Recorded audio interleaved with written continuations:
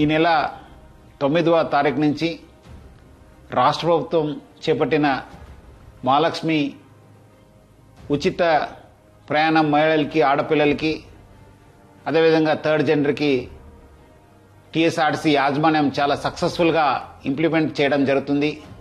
చాలా చోట్ల అనూహ్య స్పందన వచ్చింది. రికార్డ్ స్థాయిలో ప్రయాణికులు మా బస్సులో ప్రయాణం చేయడం జరుగుతుంది. బట్ ఈ ఒక పథకం ఇంప్లిమెంట్ చేయడంలో యాజమాన్యానికి, ముఖ్యంగా మన సిబ్బంది కూడా కొన్ని సమస్యలు తెలియెత్తుతున్నావు. ముఖ్యంగా చాలామంది మహిళలు తక్కువ దూరంకి వెళ్ళే వాళ్ళు కూడా మన ఎక్స్ప్రెస్ బస్సులో ఎక్కి దూర ప్రాంతం వెళ్ళే ప్రయాణికులకి ఇబ్బంది కలిగించే విధంగా ప్రయాణం చేస్తున్నారు.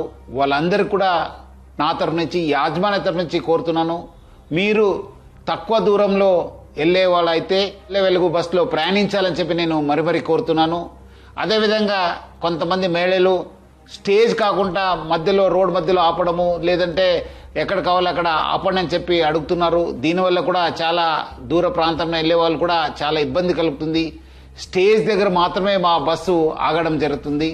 సో ముఖ్యంగా దీనివల్ల కూడా దూర ప్రాంతం వెళ్ళే వాళ్ళు, వేరే ప్రయాణికులు కూడా మేలు జరుగుతుంది. మన కండక్టర్స్కి, డ్రైవర్స్ కూడా బాగా జరుగుతుంది. లేదంటే కొన్ని చోట్ల మనకు చాలా ఇబ్బంది కలుగుతుంది. మన కండక్టర్స్ కూడా చాలా ఇబ్బంది పడుతున్నారు. ప్రజలు బాగా సహకరించారు.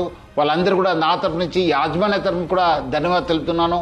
వచ్చే రోజు కూడా ఈ ఒక స్కీమ్ని ఇంప్లిమెంట్ చేయడానికి మహిళలు, ఆడపిల్లలు, థర్డ్ జెండర్ వాళ్ళందరూ కూడా సహకరించాలని చెప్పి నేను మరీ యాజమాన్య తరఫు నుంచి అందరు కోరుతూ, మహిళా లోకానికి, ఆడపిల్లలకి, థర్డ్ జెండర్ అందరూ కూడా నేను యాజమాన్య తరఫు నుంచి కూడా సహకరించేందుకు పేరుగా ధన్యవాదాలు తెలుపుతున్నాను.